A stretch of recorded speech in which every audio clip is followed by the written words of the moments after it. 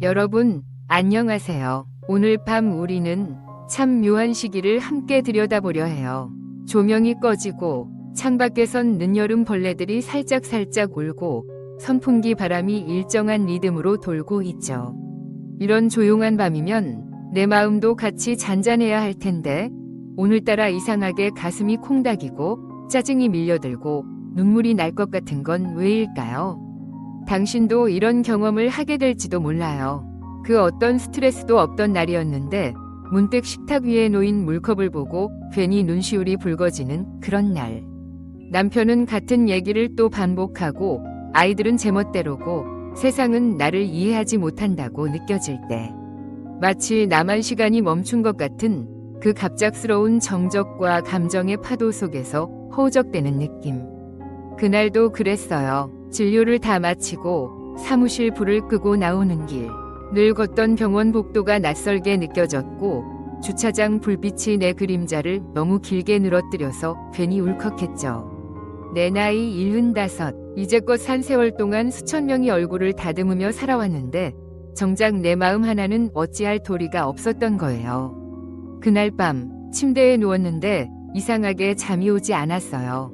눈을 감으면 자꾸 생각이 많아지고 자꾸 뒤척이게 되고 에어컨 온도도 딱 맞는데 뭔가 답답하고 뇌가 제멋대로 돌아가는 기분, 마치 정리되지 않은 서랍을 닫으려는데 자꾸 뭔가 걸리는 그런 상태랄까요.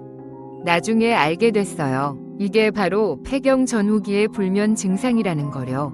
호르몬이 뇌의 수면센터에 영향을 주면서 생체 리듬을 흐트러뜨리는 거죠.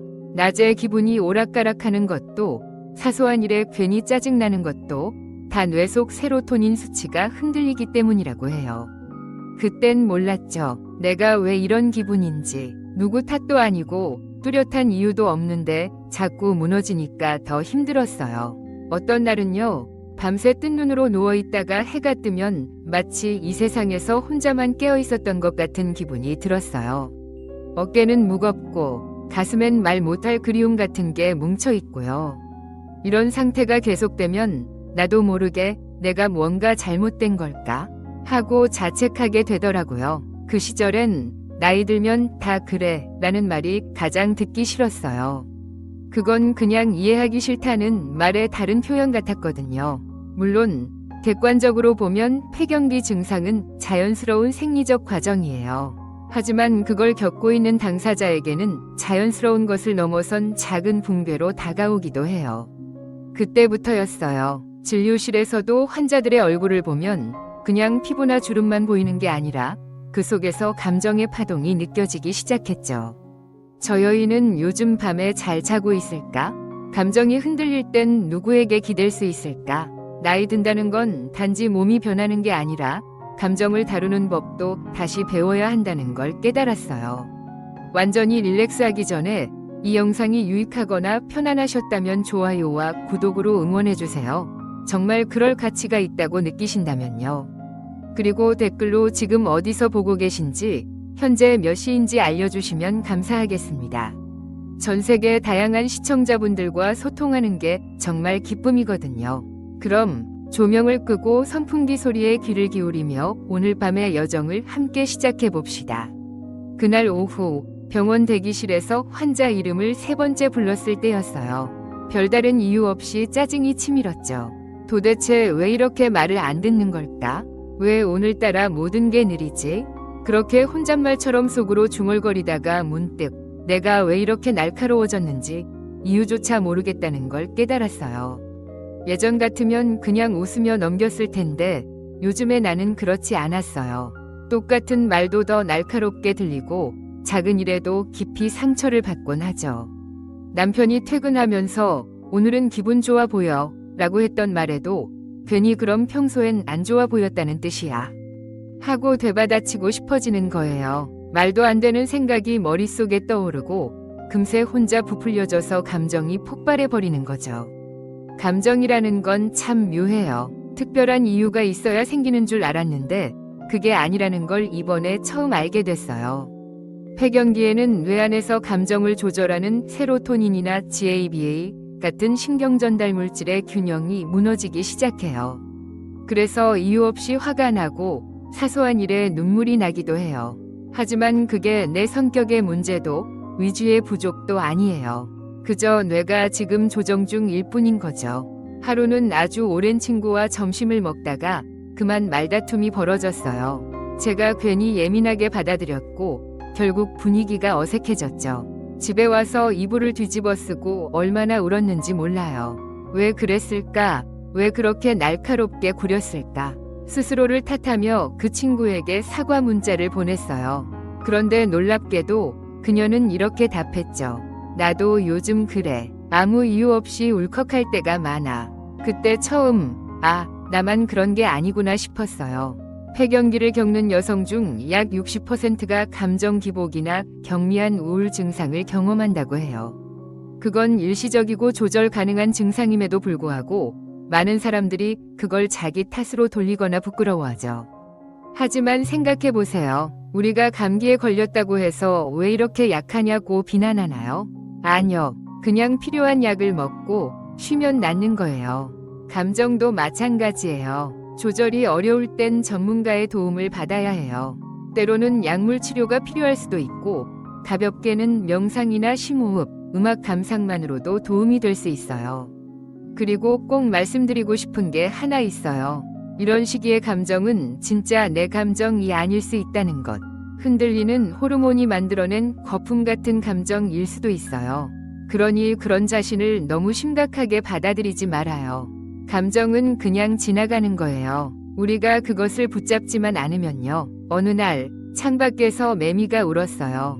너무 시끄러워서 짜증이 났는데 문득 이런 생각이 들더라고요. 쟤네도 지금 인생에서 가장 격렬한 시기를 보내는 중이겠지.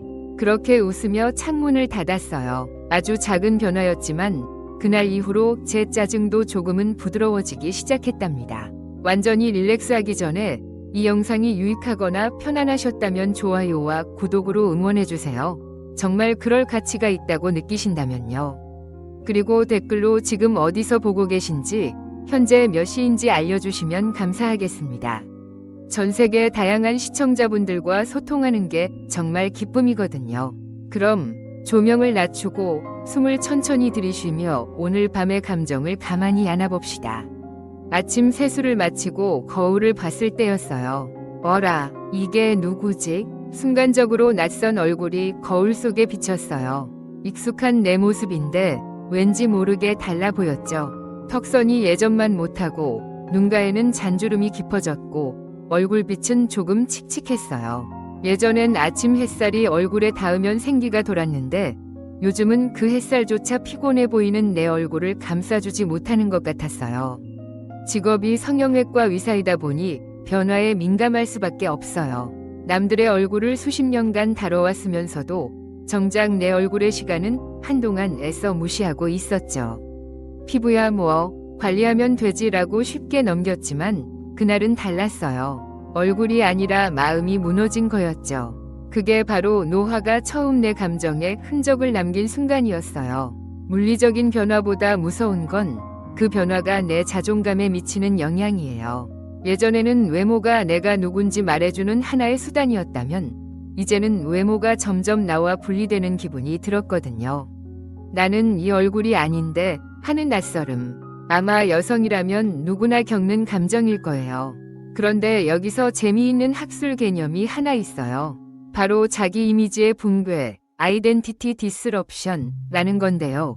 인간은 외모가 변할 때 단순히 미용적 충격만 받는 게 아니라 내적 자아상이 흔들리는 혼란을 겪는다고 해요. 특히 폐경기와 같은 급격한 변화 시기에 이런 혼란이 더 심화된다고 알려져 있어요. 제가 그 이론을 처음 읽었을 때 너무나 공감이 되었어요. 나는 단지 늙어가는 얼굴이 아니라 잃어버린 나 때문에 슬펐던 거예요. 그러면서 이런 생각이 들었죠. 그럼 다시 찾으면 되지 않을까? 내가 나를 다시 그려가면 되는 거 아닐까? 그래서 작은 변화부터 시작했어요. 일단 화장대를 바꿨어요. 예전엔 톤업 크림과 커버 파운데이션이 주였지만 이제는 보습과 광채에 집중했죠. 뷰티 루틴도 줄이고 내 피부가 숨 쉴 수 있게 놔뒀어요. 그리고 매일 아침 거울 앞에서 한마디씩 해줬어요.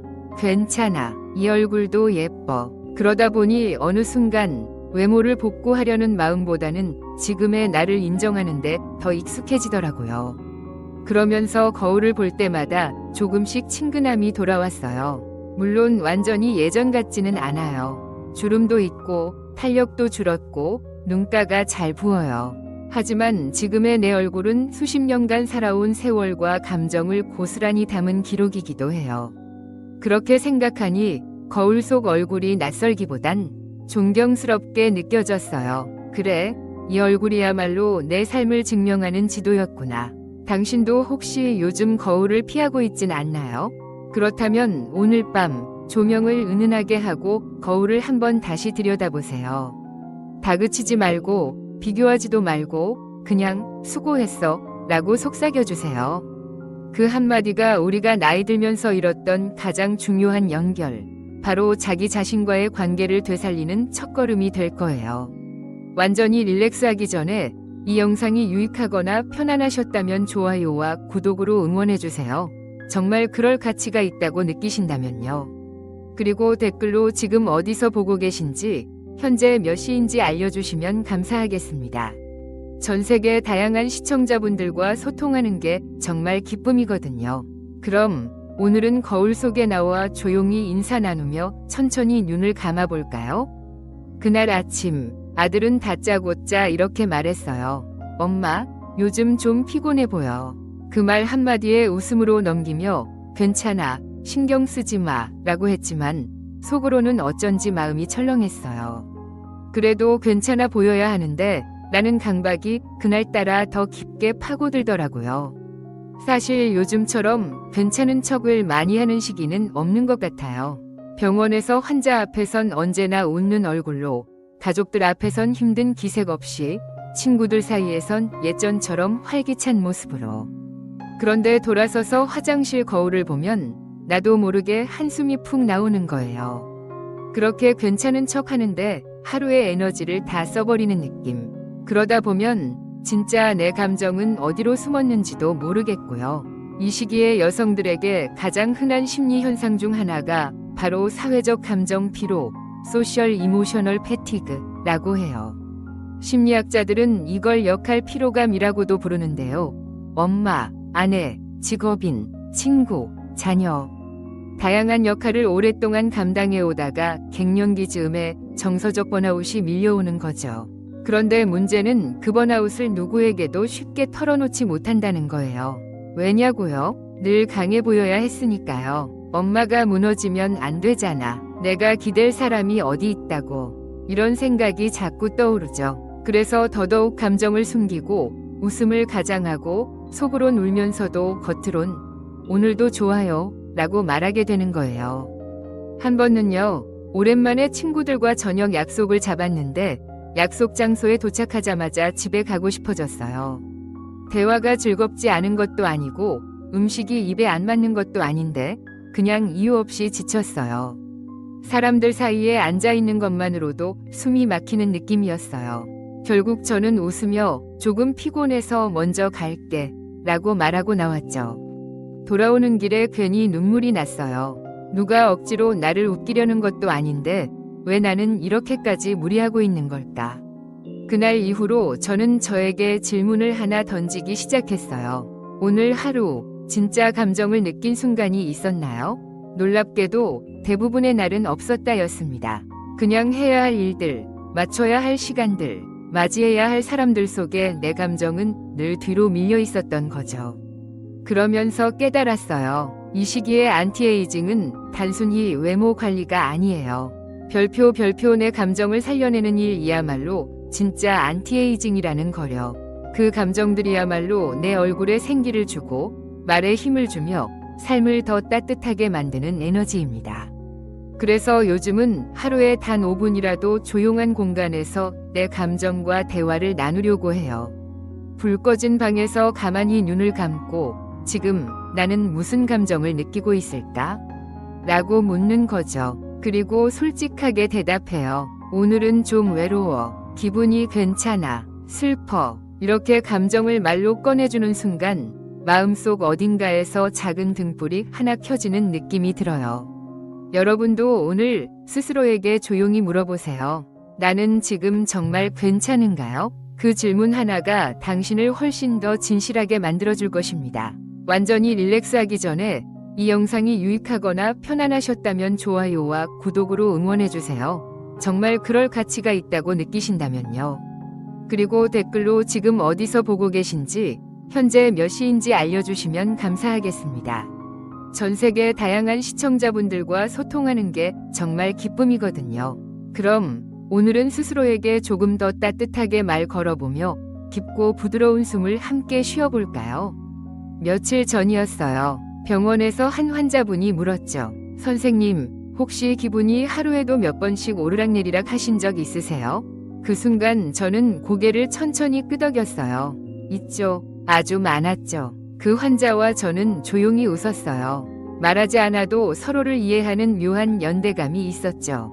이 감정의 롤러코스터는 도대체 어디서 시작된 걸까요? 아무 이유 없이 눈물이 나고 갑자기 아무것도 하고 싶지 않으며 반대로 작은 일에 과하게 감동하기도 해요.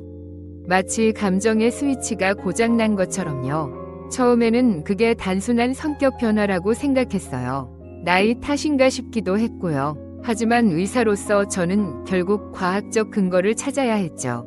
그리고 알게 되었어요. 우리 기분의 대부분은 호르몬이 지배하고 있다는 사실을요. 에스트로겐은 단순히 생식에만 관여하는 호르몬이 아닙니다. 뇌의 신경 전달 물질, 특히 세로토닌, 도파민, GABA 이들과 깊이 연결되어 있죠. 폐경기에 들어서면서 에스트로겐이 급격히 줄어들면 세로토닌 분비도 불안정해져요. 그 결과 우울감, 불면, 불안 같은 증상이 발생하는 거죠. 그러니까 감정 기복은 단순한 기분 탓이 아니라 신경화학적 변화의 결과라는 거예요. 이걸 처음 공부했을 때 왠지 모르게 위로가 되었어요. 내가 이상한 게 아니었구나. 많은 여성들이 자신을 탓해요. 왜 이렇게 예민해졌지? 왜 아무 일도 없는데 울컥하지? 하지만 우리가 느끼는 감정은 몸 안에서 벌어지는 수많은 생리적 변화들의 표현일 뿐이에요.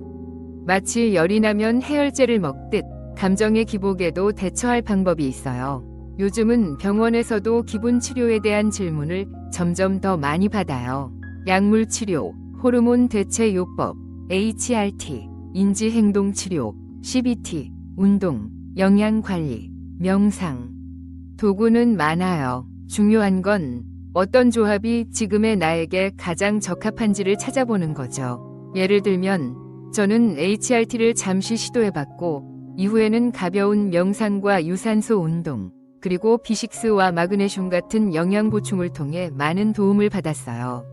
어떤 날은 요가 매트 위에서 숨을 고르며 지금 이 감정은 에스트로겐의 장난이야 라고 농담처럼 중얼거릴 때도 있어요.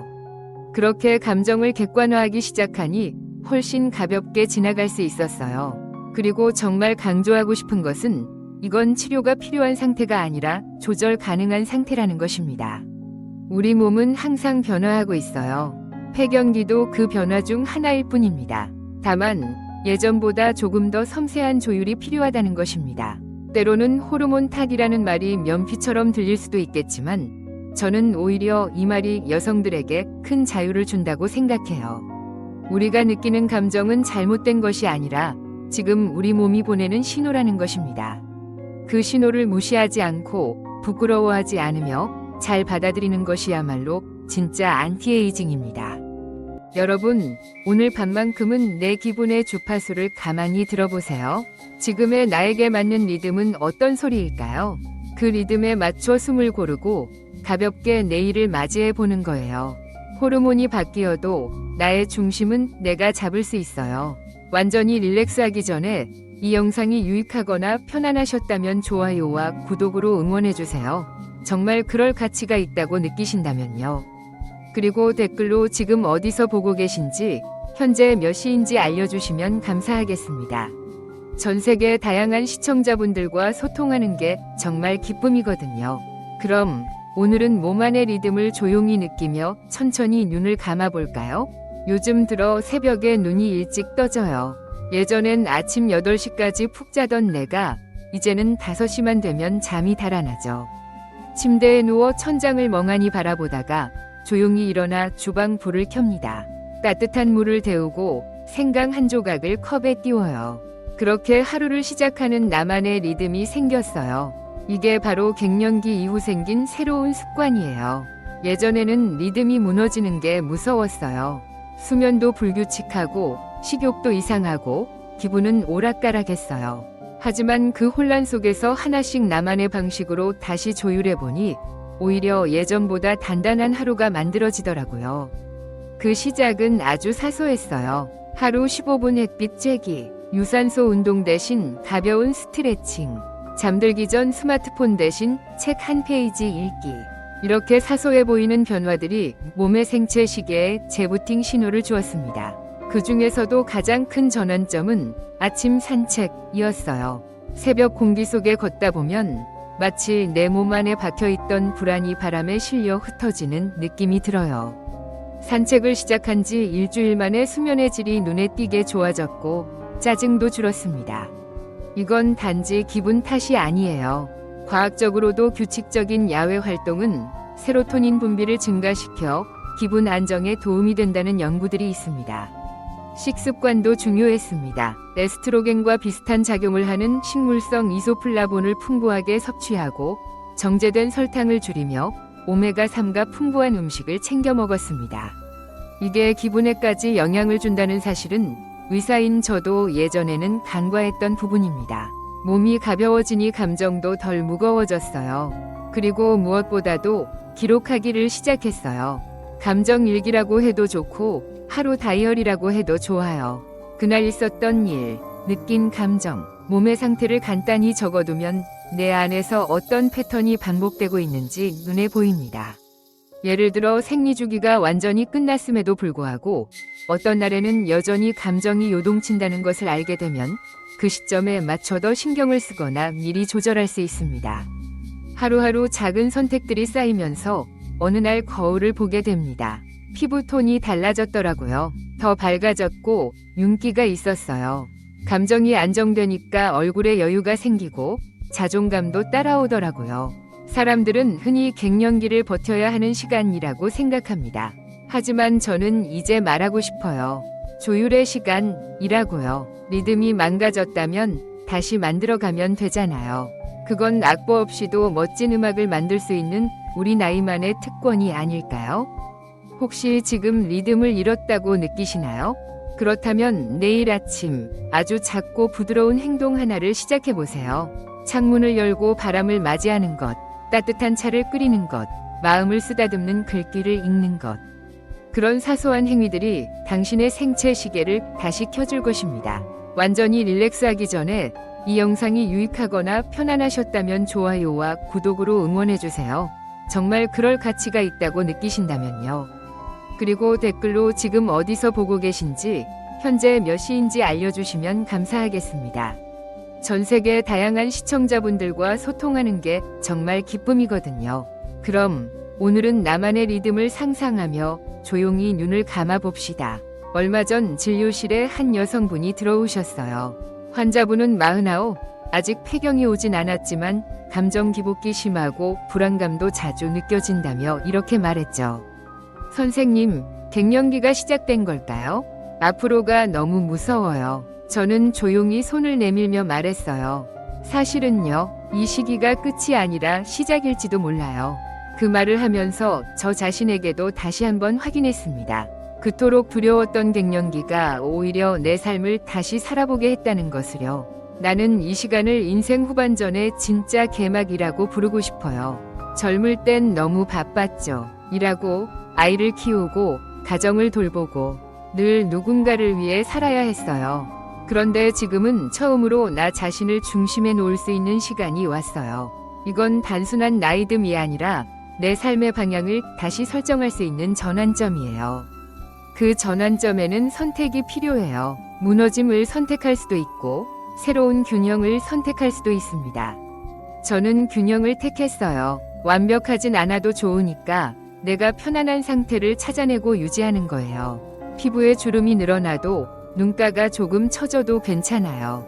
내 감정이 더 진실해졌고 내 하루가 더 단단해졌으니까요. 사람들은 말해요. 노화는 피할 수 없다. 맞아요. 피할 수 없어요. 하지만 어떻게 늙어갈지는 선택할 수 있어요. 그 선택 속에서 나는 다시 나를 사랑하게 되었어요. 이제는 예전처럼 외모에만 집착하지 않아요. 거울 속 내 얼굴이 예뻐 보이지 않아도 그 얼굴 속에서 따뜻함을 느끼고 삶의 흔적을 읽어요. 나의 진심이 담긴 이마의 주름, 기쁨과 눈물이 반복된 눈가의 흔적, 그리고 무엇보다 내가 걸어온 길이 각인된 미소의 곡선. 이 모든 것이 나라는 사람을 이루는 퍼즐 같아요. 그리고 그 퍼즐을 맞추는 건 바로 오늘을 살아가는 나, 지금의 나예요. 여러분, 갱년기는 더 이상 부끄러운 단어가 아니에요. 새로운 시도, 새로운 리듬, 새로운 감정의 언어를 배우는 멋진 시간이 될 수 있어요. 중요한 건 나이도, 외모도 아닌 지금의 나를 어떻게 대하느냐예요. 오늘 밤도 당신이 조금 지쳤다면 괜찮아요. 이건 끝이 아니라 아주 깊고 느리게 시작되는 새로운 나의 이야기입니다. 완전히 릴렉스하기 전에 이 영상이 유익하거나 편안하셨다면 좋아요와 구독으로 응원해주세요. 정말 그럴 가치가 있다고 느끼신다면요. 그리고 댓글로 지금 어디서 보고 계신지, 현재 몇 시인지 알려주시면 감사하겠습니다. 전 세계 다양한 시청자분들과 소통하는 게 정말 기쁨이거든요. 그럼 오늘은 자기 자신에게 수고했어 한마디 속삭이며 조용히 눈을 감아볼까요? 어느새 조용한 밤이 깊어졌습니다. 우리는 함께 7개의 이야기를 지나왔고 그 안에서 감정의 기복과 짜증, 낯선 외모, 역할 피로, 그리고 호르몬이라는 눈에 보이지 않는 힘을 마주했습니다. 하지만 그 모든 흐름 속에서 결국 발견한 것은 하나였습니다. 우리는 여전히 충분히 아름답다는 사실입니다. 감정이 흔들리는 날에도, 거울 속 얼굴이 낯설게 느껴질 때에도 우리는 새로운 리듬을 만들 수 있어요. 잠들기 전 따뜻한 물 한 잔, 창문 너머 햇살을 맞는 아침 산책, 짧은 감정 기록 하나, 그 모든 사소한 선택들이 결국 우리를 다시 살아있게 만듭니다. 노화는 멈춤이 아니라 변화의 시기이다. 갱년기는 상실이 아니라 나를 되찾는 시간이에요. 우리는 이 시기를 통해 외모를 넘어서 내면의 조화와 균형을 추구하게 됩니다. 결국엔 자기 자신을 가장 깊이 이해하고 가장 따뜻하게 안아주는 존재로 성장하죠. 지금 이 영상을 듣고 계신 여러분, 이 여정을 함께 해주셔서 정말 감사합니다. 당신이 어디에 있든 몇 시이든 오늘 하루만큼은 자기 자신에게 미소를 건네주세요. 그 미소 하나가 이 밤의 끝에 아주 부드러운 위로가 될 거예요. 완전히 릴렉스하기 전에 이 영상이 유익하거나 편안하셨다면 좋아요와 구독으로 응원해주세요. 정말 그럴 가치가 있다고 느끼신다면요. 그리고 댓글로 지금 어디서 보고 계신지, 현재 몇 시인지 알려주시면 감사하겠습니다. 전 세계 다양한 시청자분들과 소통하는 게 정말 기쁨이거든요.